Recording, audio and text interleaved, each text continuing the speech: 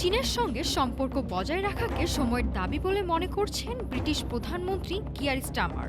সাংহাইয়ে বিবিসিকে দেয়া সাক্ষাৎকারে তিনি বলেন, আন্তর্জাতিক রাজনীতি ও অর্থনৈতিক অস্থিরতার প্রভাব সরাসরি দেশের অভ্যন্তরে পড়ছে। চীন নিয়ে মার্কিন প্রেসিডেন্ট ডোনাল্ড ট্রাম্পের সতর্ক মন্তব্যের প্রেক্ষাপটেও নিজের অবস্থান স্পষ্ট করেন স্টারমার। ট্রাম্প চীনের সঙ্গে ব্যবসাকে ঝুঁকিপূর্ণ বললেও যুক্তরাষ্ট্র ভিন্ন পথে হাঁটছে বলে ইঙ্গিত দেন তিনি। এদিকে বৈশ্বিক বিভাজনের ঝুঁকির মধ্যে যুক্তরাষ্ট্র ও চীনের ঘনিষ্ঠ সহযোগিতাকে গুরুত্বপূর্ণ বলে মন্তব্য করছেন নোবেলজয়ী অর্থনীতিবিদ ক্রিস্টোফার পিসারিদিস।